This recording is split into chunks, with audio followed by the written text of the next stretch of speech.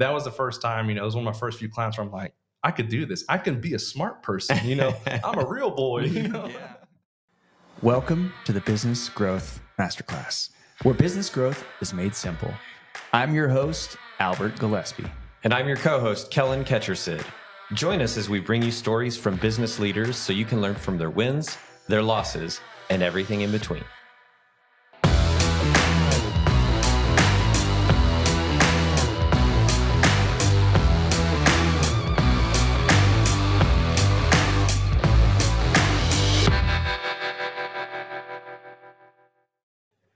Today's guest is the owner of Singletree Accounting Services, a fractional accounting service for small businesses. Welcome to the podcast, Mr. Blake-Thomas. Hello. Thank y'all for having me. I'm completely honored. This is great. We've been looking forward to it. Yeah, I've been watching, the podcast for a while now and listening. And, when people see this and they say Blake-Thomas accountant, I could just imagine them going, not this one today. No. Anytime I talk to someone about being an accountant, they're just like, eyes glaze over, and they're like, I don't want to be in this conversation anymore. So no, but in totally this case, I'm excited because there's a lot of people out there who have always dreamed of doing something as a side hustle and it growing into a business that they could actually make their own.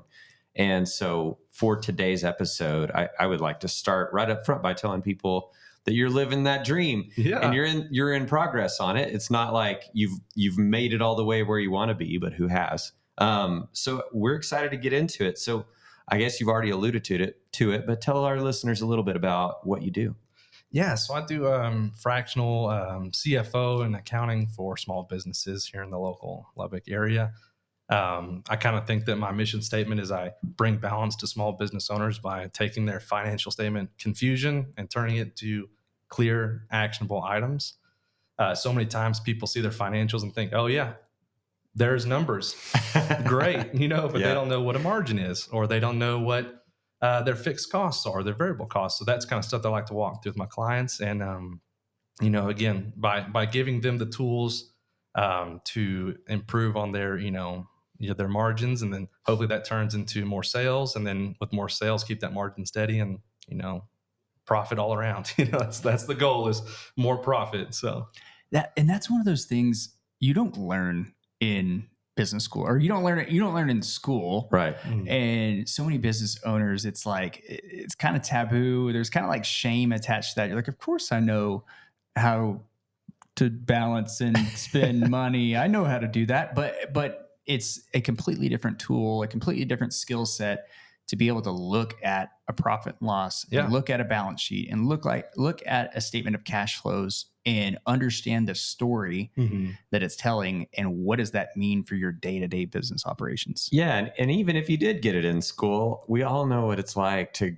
cram and dump. You're ready for the test and you remember what gross margin is that day. But now I'm 5 years into my business, and all I have is a checking account that I occasionally look at and make sure there's still money in there. Hope, cross my fingers and hope that it's still there. But I think what you do and the clarity that you bring through your services is really what business owners need.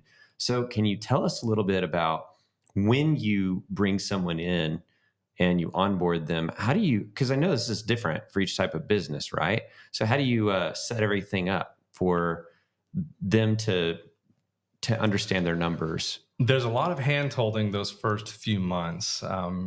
Again, the industries, I don't know every industry, but I do know numbers. So what we start to do is we look at balance sheets and look at historical financials, if they have them, which is a great starting point.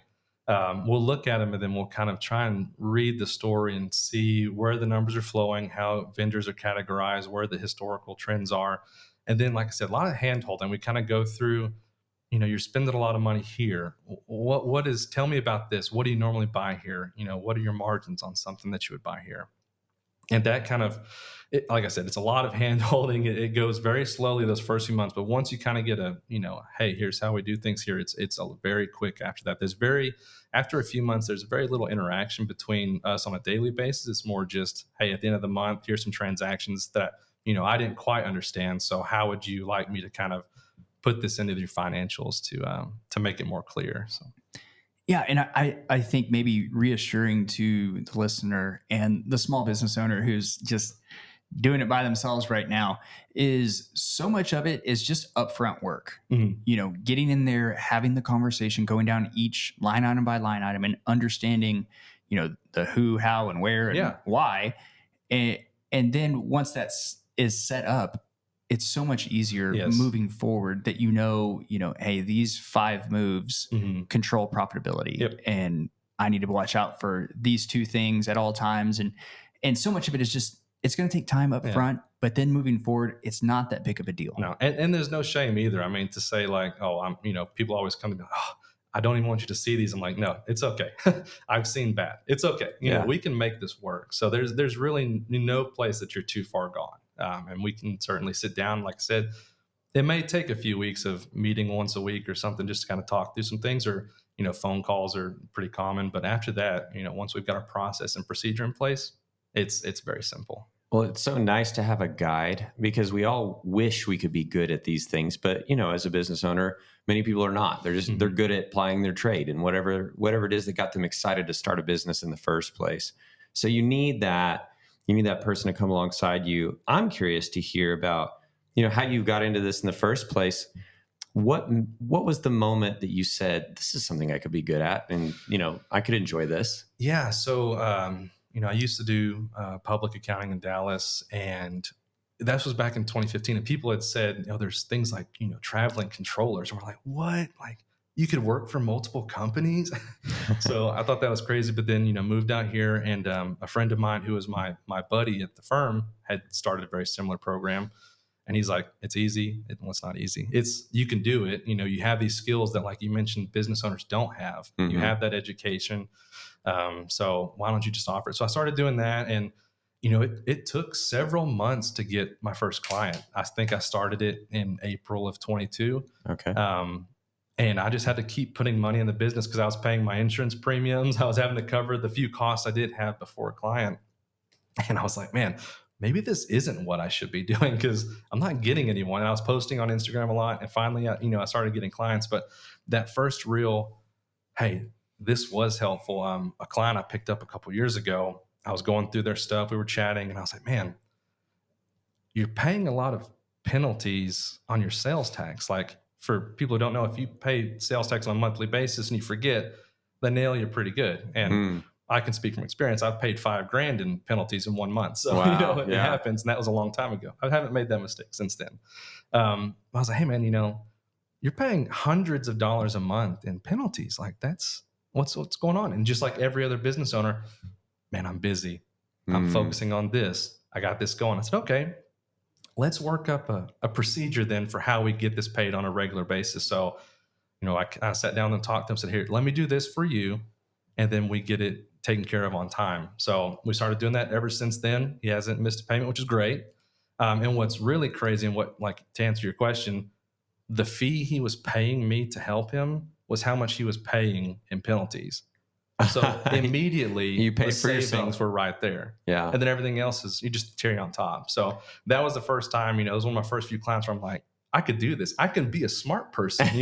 I'm a real boy. Yeah. It's a good feeling when you get there. And for business owners who are listening, a lot of times you think, oh, I can do this myself. And maybe you can, but there's also an opportunity cost here you're not thinking about, because whatever time you're spending trying to do something that's not what you're best at is time you're losing doing the thing that you really are good at. And somebody like Blake can come alongside and really level you up. So I love that you've given that win to so many of your clients, and that first time that you felt that had to be pretty good.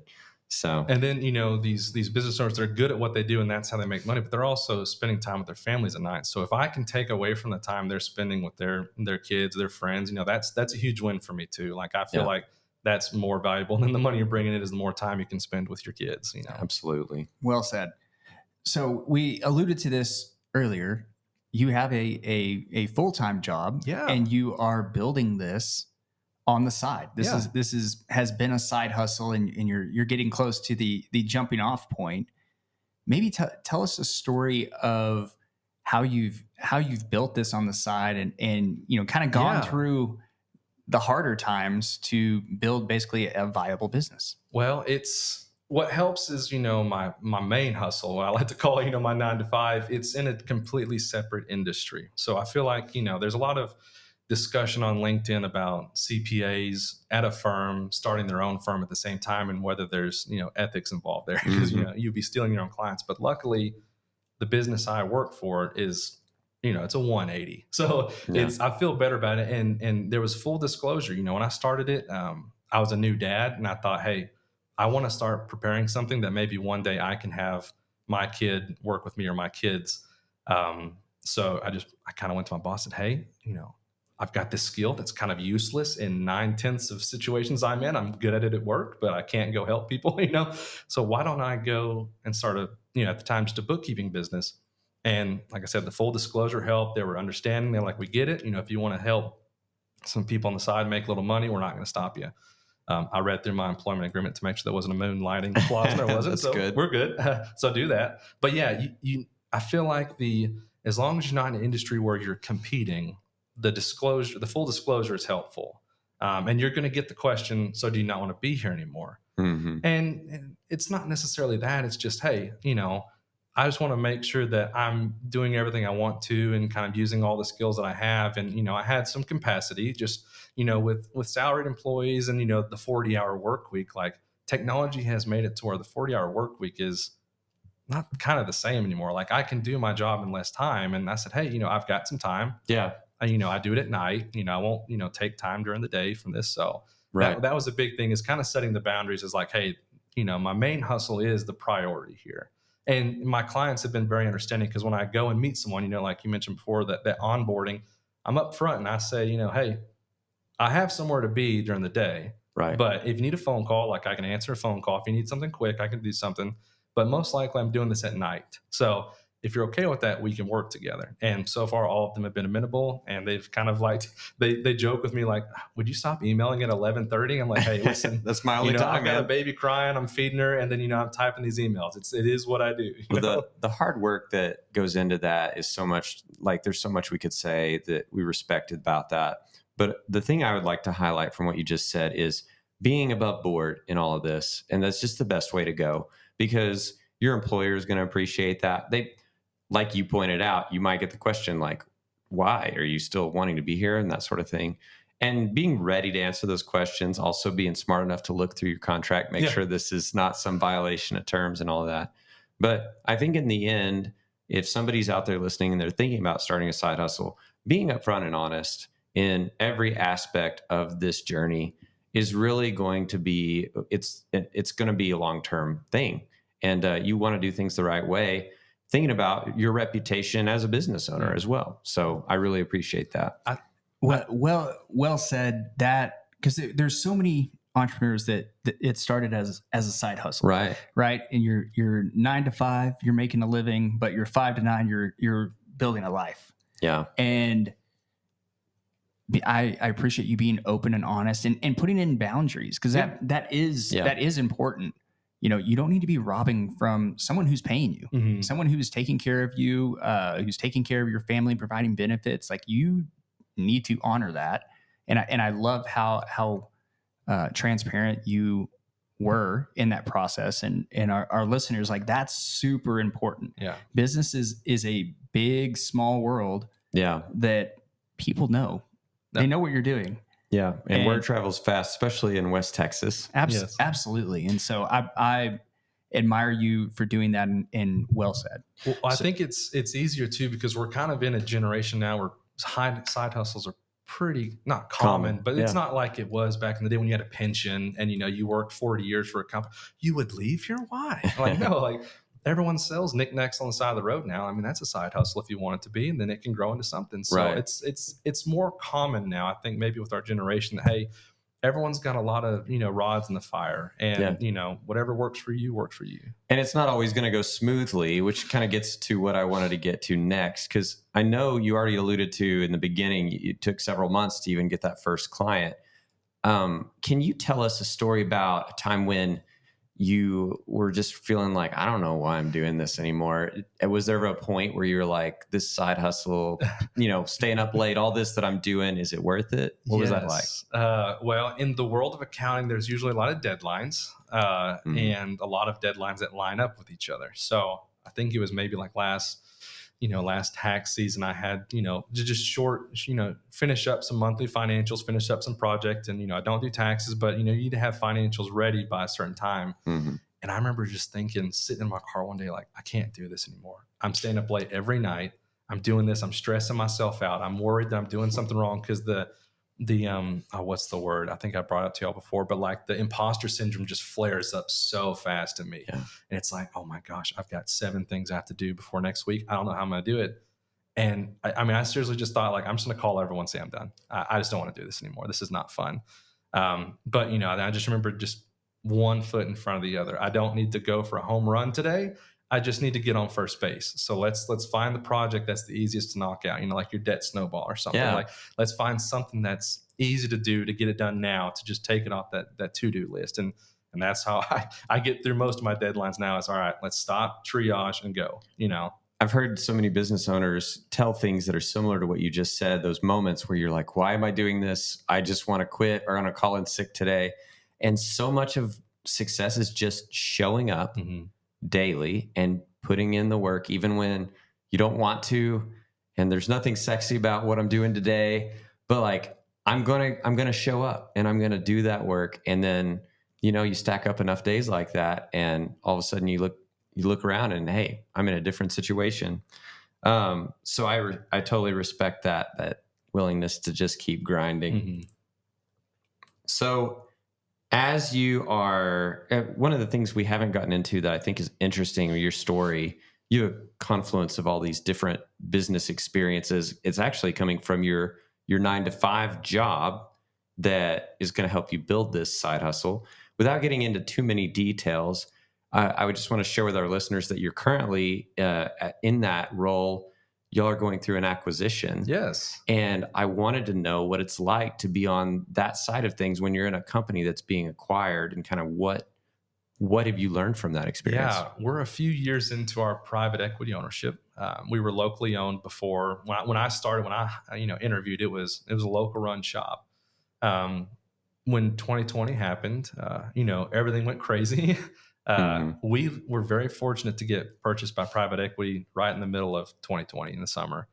And that shored up the growth for us, and it was going to keep us together, because both my wife and I worked for, locally owned businesses. So when COVID hit, we're like, oh, are we going to be okay? That was an uncertain time. Yeah. And, at least I was the accountant who could see, hey, if the ship's going down, I'm going to know about it at least a few months in advance. Yeah. My wife, she wouldn't have known. She would have just showed up in the doors. But anyway, so, the private equity ownership has been great. It's been awesome. And then, typical private equity is probably a 5 to 10 year exit strategy.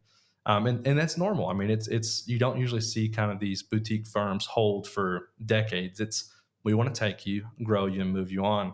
So the going into this acquisition has been very interesting, because you just don't know what's next. I was so new the last time this happened. I was like, okay, fine. So someone else is going to be paying the bills. Great. Yeah. And then now this new acquisition is, I'm here. This company is a part of my identity. Like, when I moved here from Dallas, they're the ones who gave me that shot.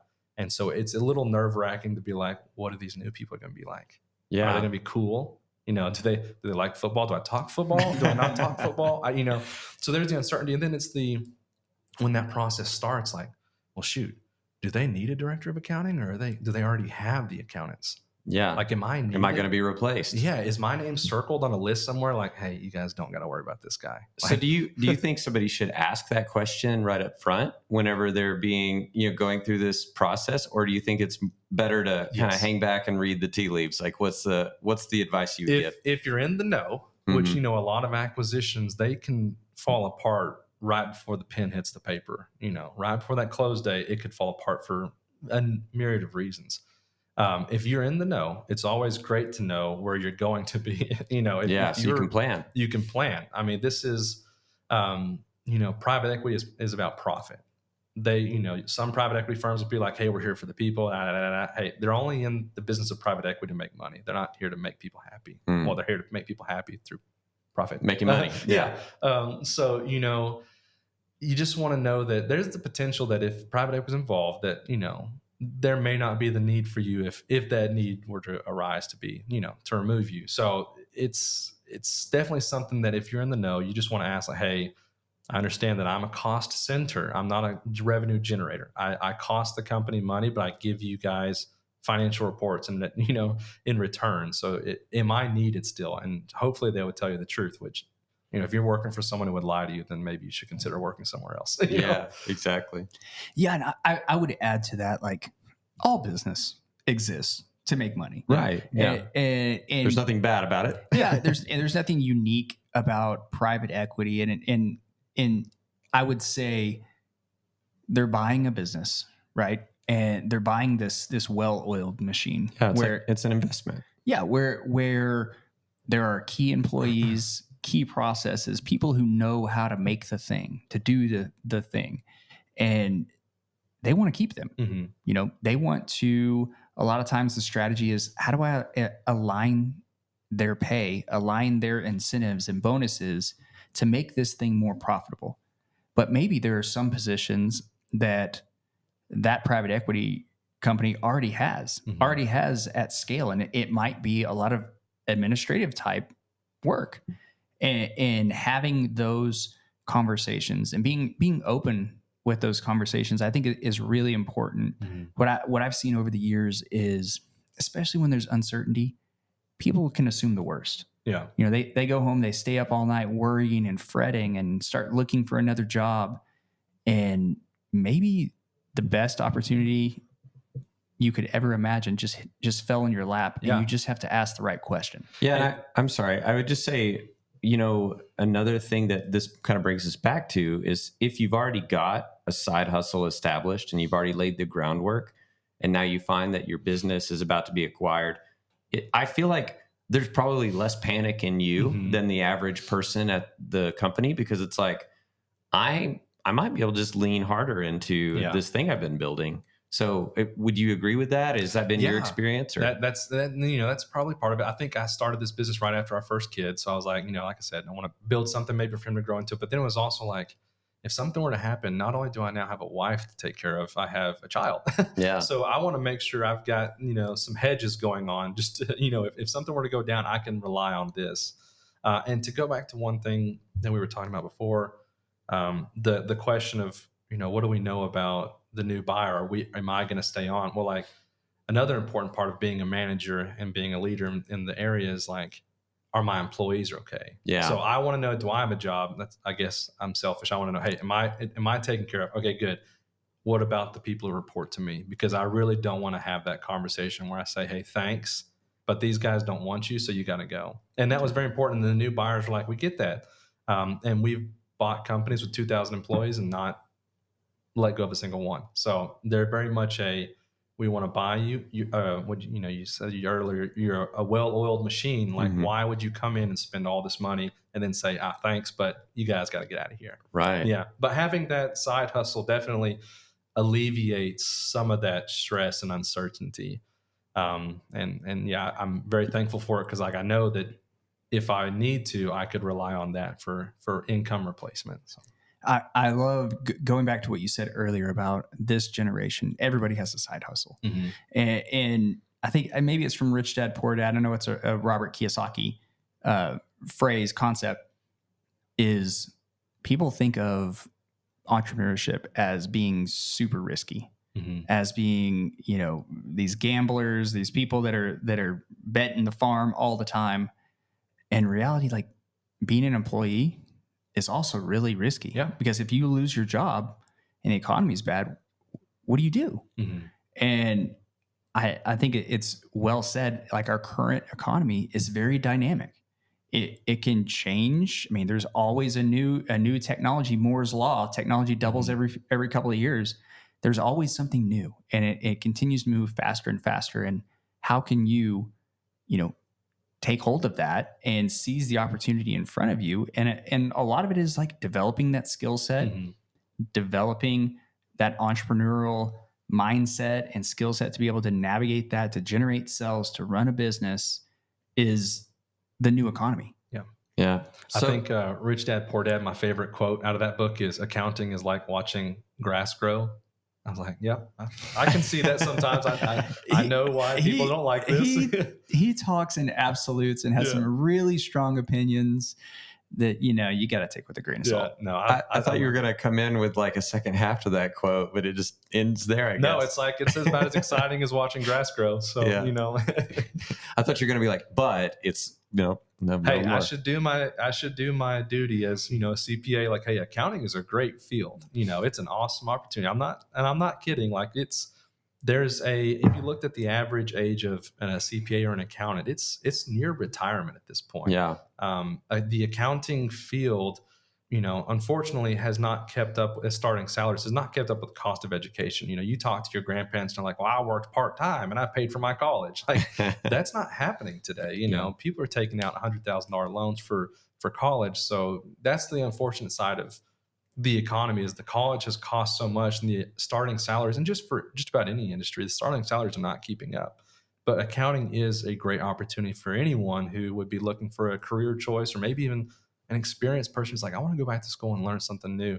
There's more than enough opportunities in this field. That's good advice. And, I think a lot of opportunity exists in the places where other people aren't necessarily excited to go, but you can find a niche and you can do great things. So when it comes to starting, I want to circle back to starting a side hustle for the person who's out there listening, accounting background or not. What advice would you give to that person who is thinking about taking the leap, thinking about getting started, but a little bit scared? Yeah, it's scary. You're in great company. So if you're scared, that's good. That means you probably care. You probably should do a pretty good self-evaluation from a financial standpoint. Like, are you okay with, if this is something you want to do, are you okay with taking a loss on your earning opportunities? If you're working a good job, but you want to do something else, your side hustle, you need to make sure that you can be lean if you need to. And that's where me and my wife are great at. She's not an accountant, but she's got that accountant spirit. She loves deals. She loves bargain shopping. So, it's kind of a personal inventory of, do I have the self-control to, draw back on my outflows while the inflows aren't exactly coming in either. So just having that self-control of, not wanting to just spend whatever you got and not putting anything in savings. You're going to want to start putting stuff in savings now. Spoken like a true accountant. I like it. Frugal, not cheap. Yes, frugal, not cheap. Yeah. Well, okay. And as you're growing this thing, the side hustle, I'm sure you start to get traction. You start to get some sales. You start to develop some systems. At what advice would you give our listener? Like, when is it time to make the part-time thing a full-time thing? Yeah, I think, again, as an accountant, speaking in numbers, I think you need to have a runway of probably several months of spending. A lot of people might say 6 months, a year. You want to have that runway to where, if I don't make a dime for 6 months, we're going to be okay. And that's easier said than done, because saving 6 months in this economy, like you mentioned, is going to be tough. But if you know that you've got that steady income that's ready to go as soon as you start full time, because that's where I struggle, is like, well, I have the faucet turned down a little bit. I get lots of phone calls, lots of requests. I don't take on all of these people just because I want to and want to grow this business. I take on what I can. But if you have the opportunity, you're getting a lot of, those leading indicators of people wanting to work with you, and you see that, hey, I can replace this income real quick, then that 6-12 months, you can lower the months a little bit. Yeah. And, especially if hopefully if you have a 2-income household, that's awesome, because that helps alleviate a lot of the strain. If you have two ways of making money, that's great. And you can rely on your spouse to. And if you don't, then, like I said, having that 6 to 12 month cash reserve, and then kind of looking at your indicators of, how often am I being contacted, or how often am I selling things? And if you've got a lot of stuff in the pipeline ready to go, then your number can come down a lot lower. That's great. And I think just having that strategic mindset, thinking long term and planning out your moves, so that you've got a plan, first 2 or 3 months, hey, not a lot of money came in, but we're good because we accounted for this when we planned for it. That's and type of money is important too. So like, if you have a business where it's a one-off sale, like a big sale right at the start is great, but then like, oh crap, what happens when next month comes around? Right. If you have an opportunity where recurring revenue is pretty, like my business is recurring revenue, it comes in every month, unless I make someone mad and lose a contract. But if you have recurring revenue, that's weighted a lot more than in, a one-off sale. Or if you have, and not to knock anyone who sells something, but yeah, if you're just selling one or two things at a time, like it's hard to plan. But if you have a recurring stream of revenue and you can look at several months worth of your side hustle and say, we got a forecast here. Yeah, you can forecast. If I'm averaging this number of sales, then hey, this is looking pretty good. If I just turn the tap on a little bit more, that number goes way up, and then we're kosher. Well, we talked a little bit earlier about the idea of being frugal but not cheap, I think is what you said, and I like that. But I know that you've also invested in yourself and in your business. I know that because at Stag Business Coaching, we've worked with you as part of our mastermind group. And so I just wanted to see if you'd be willing to share with our listeners, was there a moment in our coaching, in our mastermind group that was kind of like oh man, that's a totally new way of thinking about things, kind of a light bulb moment, or just some fun, interesting part of our group? Well, for one, I loved the group. It was so much fun. I did not know what I was expecting, because what's funny is one of my clients, y'all had contacted him before he contacted me, but we won't talk about that. He had said, I have this opportunity to work with Kellen and Albert with Stag. What do you think? And, he told me kind of the breakdown of the cost. And I was like, yeah, that's good. That's fine. You've got it in your, your budget. In your budget, you've got it in there.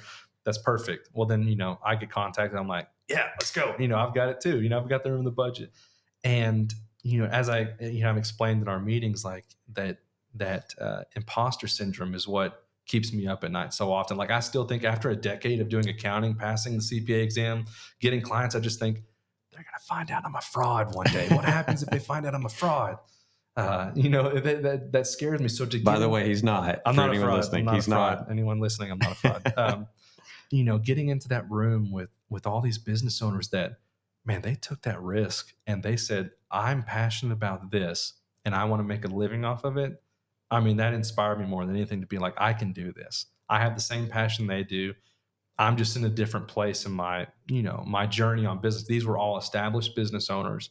And even y'all are all established business owners. You're doing great things in the community. You're making money off of it. Like, I can do this too. So, and the accountability was really great too. They're not going to let you in the group. They're not going to let you just sit back and not say anything, because you're most likely going to get put on the hot seat, whether you like it or not. And they're going to talk to you about it. So that's what I really liked, was there was more accountability. There was a follow-up it seemed like there was a follow-up after every meeting. And we kind of talked about what we talked about last month and how are things going towards your momentum. goals. Yeah. So the momentum is going. So they're not just going to let you, I don't know what I'm talking about. Y'all aren't going to let us just sit there and be like, hey, I'm here to have a good time. I'm here to have a good time, make connections, and grow my business. So it was great. I would do it again tomorrow if y'all invited me. I'm sure I would learn something again. So. Love it. I love how in the last 5 minutes as he's talking a lot about making that leap and measuring the risk and understanding, is it time? And I think our listeners, who have that side hustle that they're trying to figure out, when is it time to, turn the part-time into a full-time, looking at things like recurring revenue, looking at how much cash is in the bank, how many months can we survive, and does it make sense? And I think if you are intentionally planning like that, if you are investing in yourself, going to, the masterminds, the various groups to get better at your business, when you're intentional like that, it becomes really obvious when it's time to make the jump. Yeah. And you feel a lot more confident, a lot more capable. And if you surround yourself with people who have been there, done that, you're going to have help. You're going to have help whenever, it hits the fan. Yeah. That knowledge is power. And also seeing when other people took the leap and how they were successful gives you that confidence to say, hey, I can do that too. So it's a fun synergy. We get to see all these business owners from our perspective as the business coaches, but it's cool to see guys like you, Blake, who are gaining from that experience and then ready to move on to the next level because of it. Well, and then too, being in the group, there's so many people in the room that can help you with specific things. One of my goals this year was to have a website built, and, being the frugal, the spend conscious accountant, I was like, I can just DIY this. So, go to Squarespace. It's the most boring website you could ever imagine. The IRS looks better than this thing. It is horrible. And, John with Tadpole was sitting right next to me. I was like, John, take a look at this, man. What do you think? What a sweet dude. He's like, Blake, let's work together. How about that? I Yeah. was like, perfect. So I need to call John, pretty soon and have him help me kind of develop this, what I want to call this, kind of the entry points where people can come and see about me. I've got, a picture of my family on there because I want to see like, hey, I'm a big family guy. I started Yeah. this business with one kid, one wife, and then I had more kids, and now I don't know what I'm doing. And still one wife. Yeah, still one wife, same wife. Yeah. So that's what I loved about the group too. Is there's synergies, I guess the word you said, but yeah, like there's benefits in each relationship in each person. Everyone has got something that can help the other person. Love it. Is there one story that you'd say if you wanted to like pick an experience that kind of symbolizes everything that you've gone through to this point with being a business owner, also being in a company that's being acquired, all these things we've been talking about? Is there one experience that kind of sums this up for you? Oh man, you got to be okay with no. Yeah, and Did you have an experience that kind of? Yeah, well, you're I mean, thinking it of? was it was kind of a weird experience where the start of the relationship with someone like me is I need to kind of see what I'm about to get myself involved with.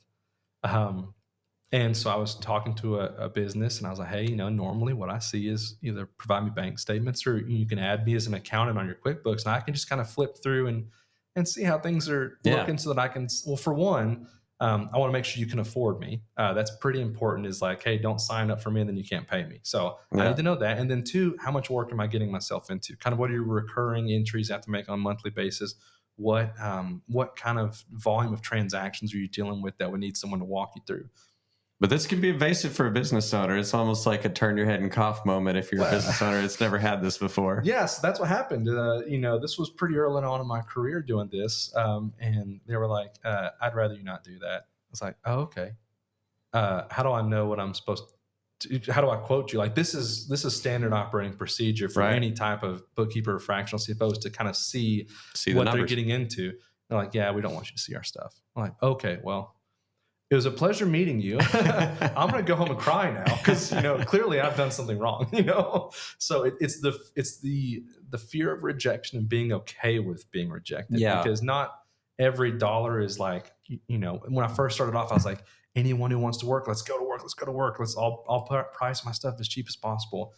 And then you get rejected a few times and you get accepted a few times, and people take your quotes and they start working with you, and you realize, okay, that rejection sucks, but I can do this. Yeah. And that story always cracks me up is like, man, she did not want to talk to me. Okay.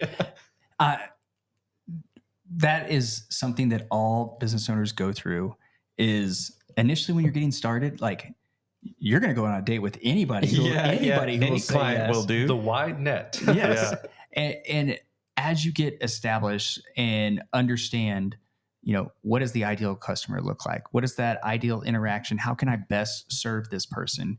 You can be a little pickier. Yeah. And sometimes you can fire some clients. And a lot of times, like you get such a return, you get so much of your sanity back. And there's so many others out there who are your ideal customer who will pay what you're asking and be exactly what you need to be. And they're not the needy, mean, rude client. And you get options. Yeah. And having this, I'm sorry.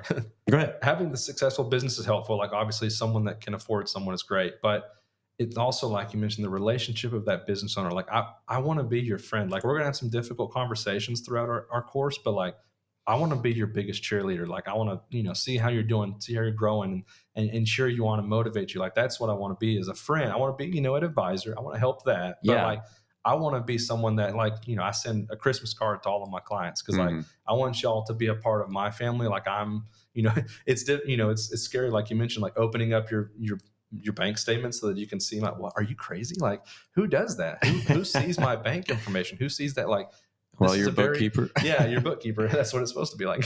Yeah. But having that very intimate, knowledge of how you do things is. I want to make sure that you're comfortable with that, and that's why I want to be your friend. Like I want to be your cheerleader. Like we're gonna do great things together. You're gonna do a lot of the heavy lifting because you're the one running the business, but I'm gonna be right there supporting you all the way. And who doesn't want a person like that in their corner? I think of the person you were saying that didn't want to open their books. You probably, you dodged a bullet because who knows what kind of mess that was going to be to work with somebody who wouldn't even open up their books to a bookkeeper. But that's you don't have the luxury though in the very beginning often of saying no to everybody because A, you've got to build a reputation. You got to do that somehow. But B, there's a point where I think once you've done that, you've established a little bit of a reputation. What Albert said is true. You've got to be choosy. And sometimes saying no is the most important thing you can do to protect your time and to grow your business, because there's always going to be the client. The client who wants to pay the least is always going to cause the most problems and headaches. And definitely one thing I learned too is, that conversation that happened was over the phone, never met the person. And that is asking a lot of someone. Any business owner would be like, oh, I don't know who you are. I found you through, someone referred you. So I've kind of learned that, initial phone calls are great for a couple things, but I don't need to ask for something like that over the phone. Like, let's get together. I'll buy you a cup of coffee. Tell me about your family. Tell me about what your hobbies are. And then we'll kind of ease into this relationship where, okay, now that you know that I'm not a creep, let me see your financials. And here's the rules of the game. Here's my process. You can expect this. And, okay, I can sit with that. And all right, let's send him our link to QuickBooks or whatever, our login.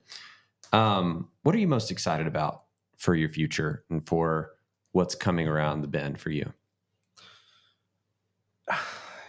Going back to this generation, lots of side hustles turning into full hustles, but also lots of older generations, getting ready to exit their business and passing it on to their kids and grandkids. So the great wealth transfer.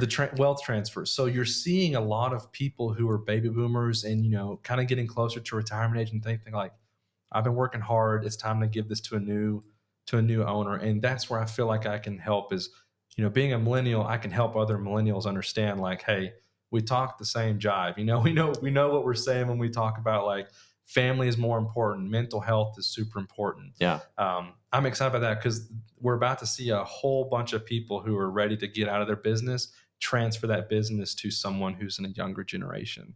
And, millennials get crapped on all the time. And I feel like I don't know too many millennials that are lazy. Like when you see people talking about millennials and their avocado toast and their lattes, like where are these people? Because they're getting that avocado toast because they work 4 jobs. That's right. Like these are hardworking people. So I'm excited for the millennial generation to kind of like take this economy and see what they can do with it. Yeah, there's going to be a lot of opportunities for a lot of different sectors in that. Yes. So that's cool. I think we're ready for a fire round. Let's do it. All right. What's more valuable in your opinion when you're starting out? Is it time, money, or connections? If you had to pick one to prioritize. Boy, what a 3-legged stool you're just kicking out with some of the legs for. So, man, connections are great. Yeah. If you know people, you can get a lot of stuff done with a good connection, but also the time is very important because if you don't have the time to help people, so like again, like what I go back to is my faucet it's a drip right now because I allow it to be a drip and I can have it be a drip. If I had more time, the faucet gets turned on more. I would say connection and time are to me the bigger stools on the legs on that stool. Yeah, 1A, 1B. Money's great. Don't get me wrong. If you had the money to do what you want, that's awesome. But you know, if you didn't have money, hustle culture kicks in and you can get out there and hustle it. But if you had the time and connections and you didn't have the money, I think you can make it work. All right. I like it. All right. What's the best money that you've ever spent on your business? Besides paying myself? Is that a good? I think that's already a good answer. That's a bad answer. The salary's great. There's a practice management software I utilize called Keeper. So before I had all these clients and I would have to download stuff into email and email them and say, hey, do this. And then I forget to follow up because I get busy just like every other business owner. I get busy and I'm like, crap, I didn't follow up with that. There's a program called Keeper, which connects to their books through QuickBooks or whatever accounting software they're using. And I can do almost the entire job through that one app. I can filter into my customers and say, hey, run a report for inconsistencies in postings. And if something got coded wrong, I can spot it right there. And then you can immediately send reports to them through that. And it has an email software, add on to where you can just email and have communications through the software. I think that's been beneficial for me because it kind of puts all my tasks in one area. And I can see all my clients are up here, where they are in their close process, what questions they haven't answered. and then they can log in and answer the questions as I post, things like, hey, give me this for this month, or hey, what report do you have that shows me this amount of, cost that I can't see through QuickBooks normally. And it's just it brings everything into one spot, and that it's like $5 a client. Yeah. It's incredible. It's super helpful. Now I think it's early on and it's whatever program. So there's some things they can improve on. Sometimes my clients will be like, you have to log in every time and there's not an app. It's so frustrating, but I'm like, I know, but just bear with it. Like, it's going to get better. It's a new process, but it's going to get better. My takeaway for that, and for any business owners out there or someone thinking of starting a side hustle, find that software platform that will be a game changer. Find the thing that's going to leverage your time so that you're not having to do everything manually every time. And I love that answer. It may not be Keeper. Somebody may not be a accountant or a fractional CFO, but whatever it is in your industry, get out there and find it, because it will change the game. What's one trait that you see in business owners and entrepreneurs that makes them successful that a lot of people overlook? Self-control. Okay. So I think self-control, that's a fruit of the spirit too. Whatever. Self-control is something that everyone struggles with. And, think about, like, it doesn't have to be a business owner. Think about you and your career. You get a pay raise. Awesome. Let's go buy that new house. Let's buy that bigger truck. I'm tired of driving this Camry. Let's go get a truck. Well, I kind of think in graphs and numbers. So I'm like, okay, if a business owner doesn't have self-control, when they start to see that top line sale go up, well, what do they want to do? Hey, let's invest in this. Let's do that. Let's buy this. Let's buy that. So if you're looking at, if you break your costs down between variable and fixed, and Albert, you did a great job of this when we talked about financials in our stag meeting. But, as your sales go up, your variable costs are going to rise. That follows sales. Your fixed costs don't follow sales to an extent. Like rent, for example, doesn't go up whether you're doing $100,000 of sales, $200,000. Rent stays the same. So that self-control of not spending on fixed costs that are going to eat you later on, like, because if your sales dip, well, that variable cost dips, that fixed cost. You still got that fixed cost hurdle you have to jump over. So I think one attribute a business owner should have is the self-control to say, hey, we've had a great 3 months. Let's start building that cash reserve before we go out and buy the G-Wagon. When the administrative passed 100% bonus depreciation back, like, G-Wagon sales must have gone through the roof. Don't buy the G-Wagon until you've done some more profit management before All right, I'm going to expose some lack of knowledge. What's a G-Wagon? Oh my goodness gracious! Help me real quick. It's the Mercedes SUV. Yeah, that looks like a Range Rover Jeep, but it's like the Mercedes version, and it's in the accounting world. It's just kind of like a joke, like, I made $20,000 this year. Let's go get that Mercedes. Well, I've heard, like, in the rap, G-Wagon. Keep going. What rap is that? I don't know. But I'm just saying, I've always wondered. So thank you. You informed me. Everybody who's listening got to hear Kellen learn about a G-Wagon today. Yeah, it's just like the generic, this is a very nice luxury vehicle, but people tend to go for it because they're like, all right, I've made a little bit of money. I want to show off that money, so I'm going to buy that G-Wagon. Got a new goal. There you go. All right. Where do we send people to do business with you? Yeah, right now, since the website is under construction, let's just do email. I can triage pretty good with email. So bthomas@singletreeco.com. I'm sure if y'all have show notes, y'all can drop it in there. We'll put it in there. Yeah. Sure. bthomas. B as in boy. THOMAS. Yeah. At Singletree. At singletreeco.com. Singletreeco.com. Awesome. Singletree.com was taken. I was a little ticked about that. Like, That's who all has right. Singletree.com? Come on, man. So, all right, man. Thank you so much for being a guest. That was great. Yeah. And what a great timely topic. I love it. Yeah. Thank y'all. I loved it. All right. If you are a business owner or business leader who feels stuck in your business, you feel like your business has plateaued and you can't get to the next level, go to our website, stagcoaching.com, and in the upper right-hand corner, click to book your free consultation. And in your free consultation, we'll give you the next steps to take to get your business to the next level. It's free, and it's on our website, stagcoaching.com. Thank you, and we'll see you on the next one.